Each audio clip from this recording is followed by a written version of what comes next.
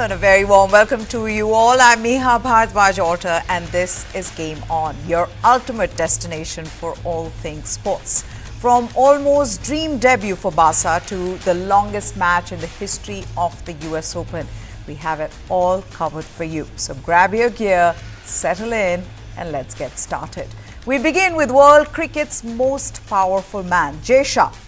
As we'd informed you earlier, Jay Shah was in all likelihood getting the ICC chair. Now that's been confirmed. He's been elected as the new chair of the International Cricket Council with his term set to begin from 1st of December. The board of directors had until 27th of August to file nominations for the next chair, and Shah was the lone nominee and was elected unopposed for the post. Shah, at 35 years old, will become the youngest to hold office and will have to step down as the secretary of the BCCI, as his new role at the ICC is independent. Shah's rise to the post comes at a crucial juncture for the sport, given cricket will make its debut at the Los Angeles Olympics in 2028. Shah will have to work towards making the sport truly global, with more countries playing it. He will hold a term of 3 years as ICC chair with an option to continue for 3 more years.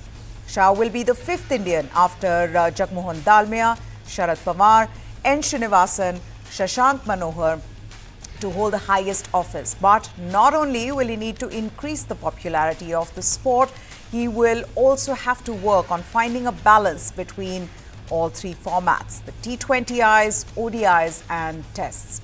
While Shah's election would further strengthen BCCI's muscle at the ICC, Shah will need to find a way to keep the other stakeholders happy as well. There are also commercial challenges that ICC faces, and Shah's experience with the cash-rich BCCI would come in handy for increasing ICC's financial heft.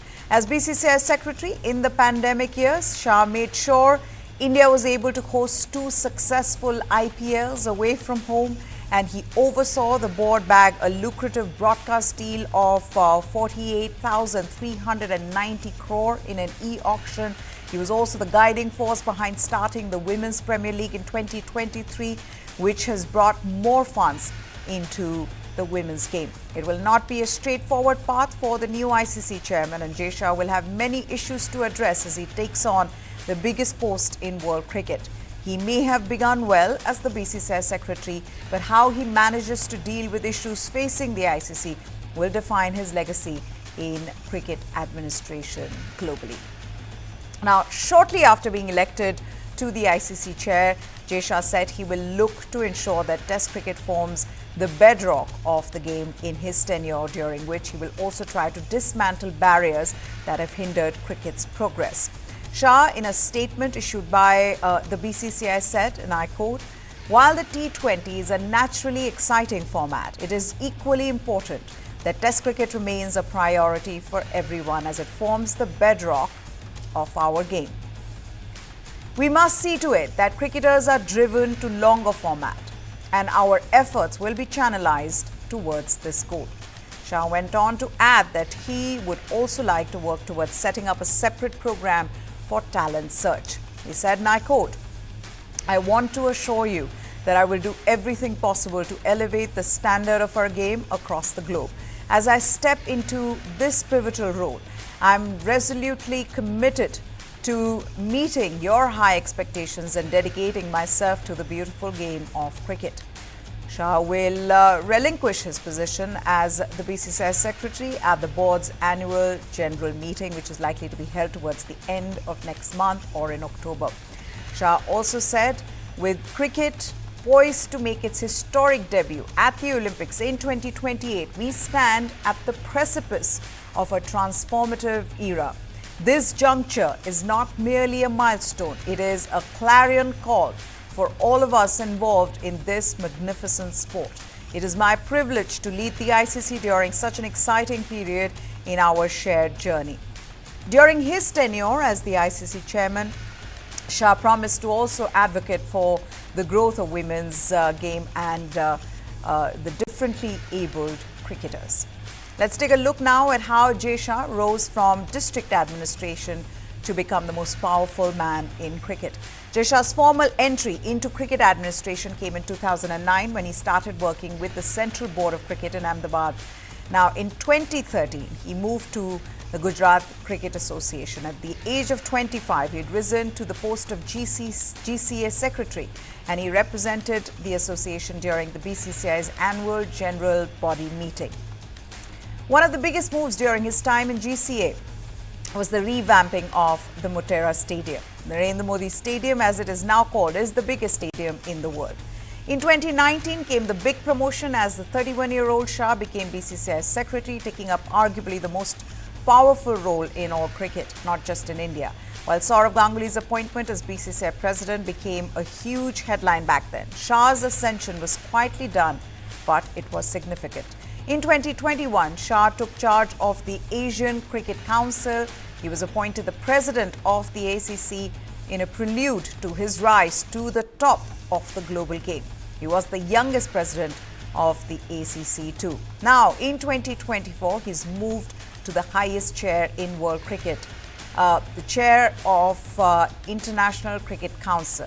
He's been picked unopposed as Greg Barclay moves out to take charge on 1st of December.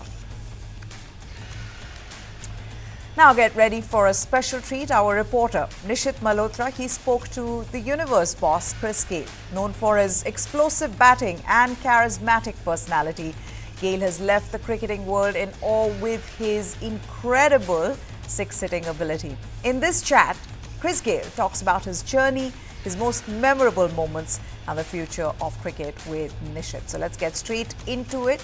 Chris Gayle dominated teams across the world, but if he had to pick one or two, which have been his favorite teams from a rivalry point of view, this is what he had to say. I used to love to play against Australia without a doubt. You know, big, huge champion team as well, and sometimes they kind of bring the best out of you because you want to beat them at the time. You know, when they were the best, you know, within the world. It's good to actually play against the Indian friends as well. I get on well with each and everybody.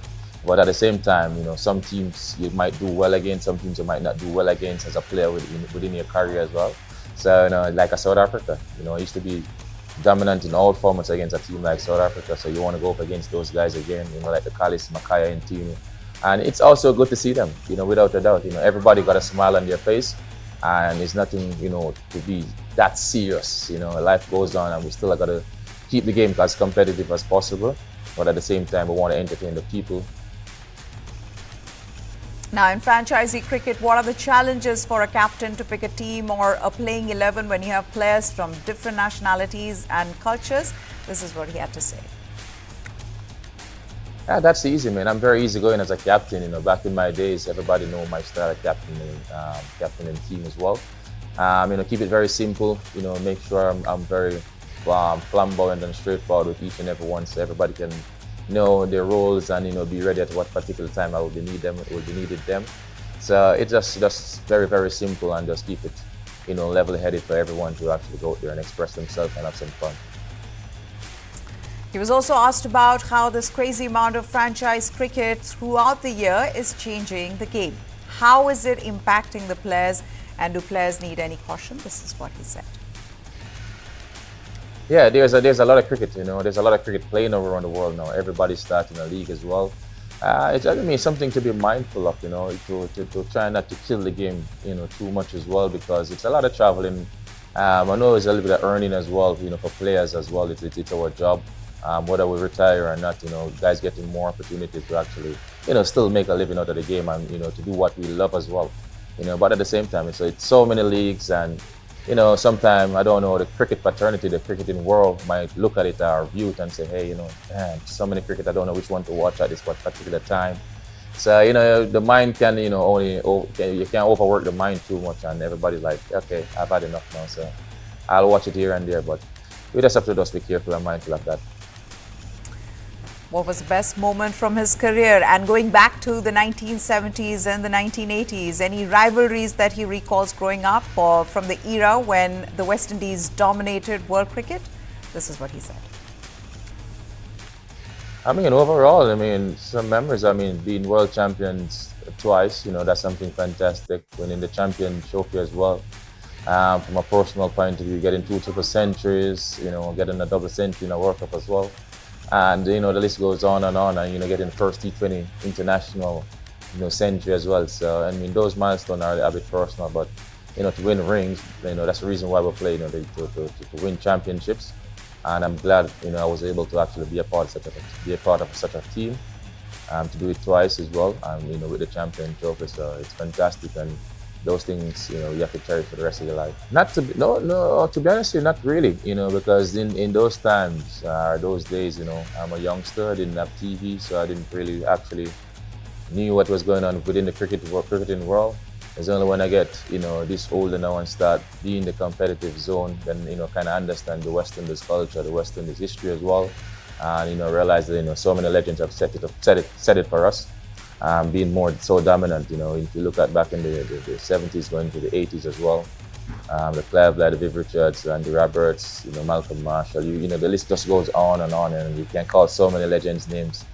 So I mean, they set the trend. They were very dominant. Around the world beaters. They've beaten everybody convincingly, and then the next team come and take over.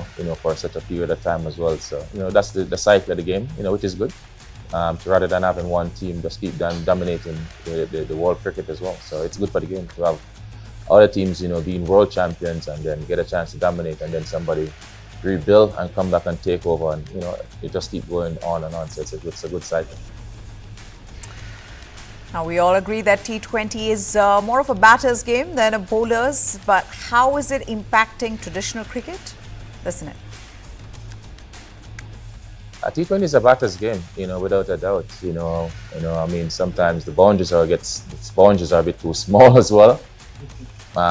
Some teams scoring 240, the other team chasing it down as well. So, I mean, those things have to take into consideration. So sometimes the bowlers, find it a bit difficult. I mean, occasionally you're going to find maybe 10 very, very skillful bowlers around the world to actually, keep things at a level at some particular time as well. But, it's more batting friendly without a doubt. It's very impactful, without a doubt. You look at Test cricket now, a team scoring 400 runs in a day as well. So, that's all because guys been playing T20 cricket. 50 overs is totally different as well. You're getting higher score and team chasing it down. So it's all about, T20 bringing those factors, within 50 over format and the Test cricket format as well. So it's just changed dramatically. Well, Chris Gayle has been a free agent playing in leagues all over the world for a while. But how challenging has it been to play after retirement from international cricket, and what has been life like for Chris Gayle after retiring from international cricket? Listen in. It will be, but we were aware of what's happening as well and what's going on. So at the same time, guys, make sure they look after the body. Guys, some guys are still fitter than some, without a doubt. But at the same time, everybody is pretty much fit and everything. Well, I'm still playing cricket, and I'm still living life, so can't complain. Give thanks and try to be the best I can, and try and inspire as much as possible and give back to the game as much as possible as well. But life is good, can't complain, and I'm very thankful for that. It's always good to see him on the screen, whether he's hitting sixes like he's done in the past, the six-hitting machine that he was, and of course the way he speaks about the game. That was Chris Gayle for you guys. Now let's move on to the US Open. Top seed Iga Swiatek overcame a slew of unforced errors to secure her spot in the second round of the US Open on Tuesday with a 6-4, 7-6 victory over Russian Kamila Rakhimova. Swiatek, who counts the 2022 US Open among her 5 Grand Slam titles, converted 3 of 6 breakpoint chances, but also racked up 41 unforced errors en route to securing the victory in 1 hour and 52 minutes at the Arthur Ashe Stadium. Japan's Naomi Osaka, she beat 10th seed Yelena Ostapenko 6-3, 6-2 in a rare first-round US Open clash between former major champions. A laser-focused Osaka held serve throughout and fired 9 aces in a surgical takedown to kick off her returns to the Flushing Meadows following a maternity leave year off in 2023. And don't forget, you've got to take a look at how fashionable, stylish she looked as she walked in. Okay, on to the men's Singles, meanwhile, top-seeded Italian Yannick Sinner, he shrugged off the doping furor surrounding him and overcame a bad start to earn a 2-6, 6-2, 6-1, 6-2 victory over American Mackenzie McDonald. Sinner became embroiled in a controversy in the week before the year's final Grand Slam after the International Tennis Integrity Agency said that he tested positive twice for an anabolic agent in March. Stefanos Tsitsipas, his US Open woes continued, however, as he suffered a 7-6, 4-6, 6-3, 7-5 loss to Australia's Thanasi Kokinakis. Now on to the longest marathon at the US Open, which finished in 5 hours and 35 minutes. That's right, Britain's Dan Evans beat Russian Karen Khachanov 6-7, 7-6, 7-6, 4-6, 6-4 in the longest ever US Open match of the professional era on Tuesday, moving to the second round after an extraordinary fight back from 4 games down in the final set. The 184th ranked Evans, once the British number 1, beat world number 22 Khachanov in 5 hours and 35 minutes, like I said, exceeding the previous record of 5:26 when Sweden's Stefan Edberg beat American Michael Chang in the 1992 semi-final. Evans put up 14 aces across the grueling affair that dragged on so long, the Briton said he had to look at the monitor at one point to remember what set he was in. All right, now moving on to football, and this is a disturbing piece of news coming from the world of football. Nacional defender Juan Izquierdo, who collapsed on the pitch after suffering an irregular heartbeat last week, has died. This is what his Uruguayan club confirmed. The 25-year-old had been undergoing medical treatment since collapsing during a Copa Libertadores game against Sao Paulo in Brazil on the 22nd of August. Nacional had written this on X. It is with deepest sorrow and shock in our hearts that the club Nacional announces the death of Juan Izquierdo. Nacional had written this. They've also said, we express our most sincere condolences to his family, friends, colleagues and loved ones. All of Nacional is in mourning for his irreparable loss. Izquierdo fell to the ground unconscious in the 84th minute of the match at the Morumbi Stadium without coming into contact with another player. He was taken off the pitch in an ambulance before being treated at the intensive care unit of the Albert Einstein Hospital. Uruguay's first and second division leagues were postponed at the weekend following Izquierdo's collapse. Dani Olmo got his dream debut with Barcelona, scoring a late winner to keep the Catalan club with a perfect record to start his Spanish La Liga season. Olmo found the net in the 82nd minute with a low left-footed shot into the far corner after an assist by Lamine Yamal to give Barcelona a 2-1 come-from-behind win at Rayo Vallecano on Tuesday. Barcelona are the only team with 3 wins after 3 rounds this season. Olmo, who was only registered with the first team on Tuesday morning after signing from Leipzig, entered the match at halftime to replace Ferran Torres. Rayo opened the scoring 9 minutes into the match with Unai Lopez finding the net from close range with a right-footed strike. 2 minutes after Olmo hit the crossbar, Pedri evened the match with a shot from near the penalty spot following an assist from Rafinha. Well, Barcelona striker Robert Lewandowski then thought he'd put Barcelona ahead in the 71st minute, but his goal was disallowed by a video review after a foul by Barcelona defender Jules Koundé in the build-up. This is what Flick had to say about the victory. It was sad because of a knee injury to 17-year-old midfielder Marc Bernal late into the second half stoppage time. Barcelona had started the season with victories at Valencia and against Atletico Bilbao at home. Barcelona,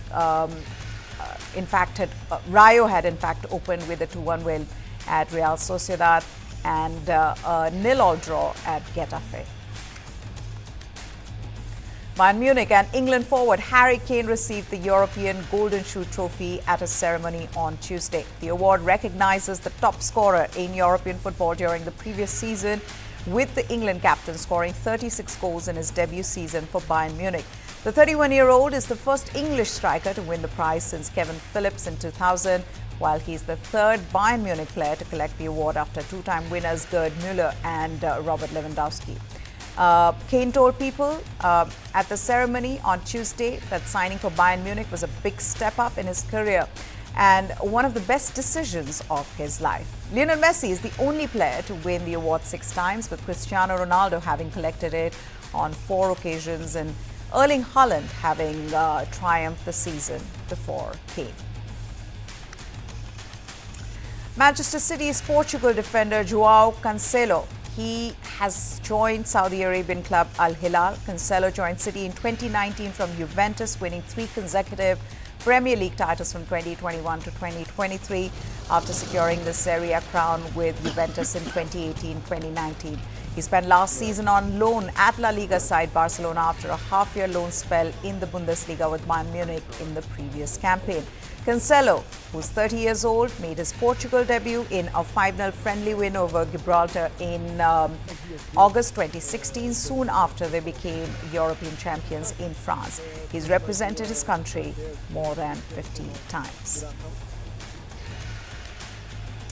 Police patrolled central Paris on Wednesday as security was tightened in the French capital ahead of the opening ceremony of the 2024 Paralympic Games. The ceremony in central Paris on Wednesday evening will launch the Games' 17th edition with more than 4,000 athletes from around the world competing in 549 medal events. Delegations will take part in the celebration at Place de la Concorde, the first time a Paralympic opening ceremony has taken place outside a stadium. The Games run until 8th of September and are taking part with the national Paralympic delegations from 168 countries, a record according to the organizers, as well as a refugee team and athletes from Russia and Belarus competing under the neutral banner. Well, that's it then on Game On. Hope you enjoyed this edition. Goodbye. Thanks for watching.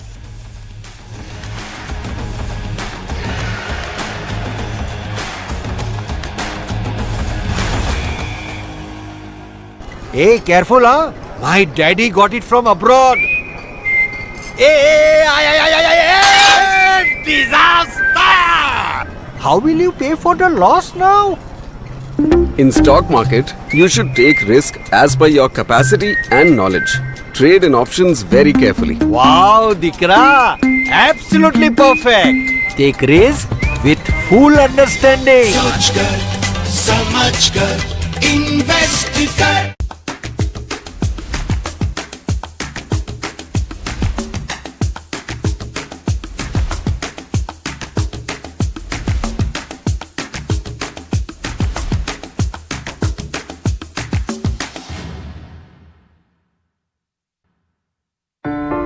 In the heart of New York, an Indian spectacle unfolds. Step into the world of the Elite Saga, featuring influential Indians who've rocked the globe.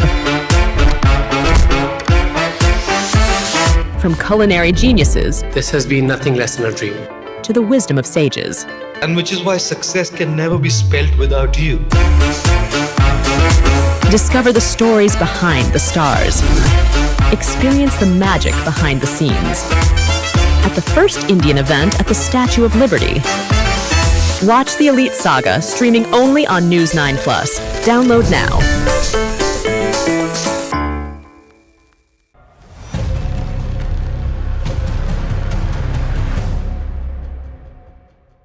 Defense Minister Rajnath Singh is set to embark on a 5-day visit to the United States from August 21 to 25, 2024.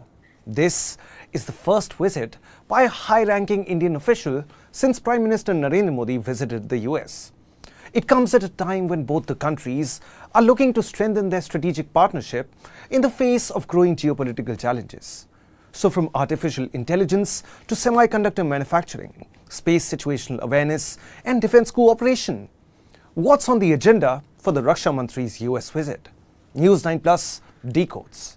This visit comes at an interesting point in time, when there have been delays in the supply of GE-404 engines for India's Tejas Mark 1A fighter jets, a matter of strategic importance for India's defense capabilities.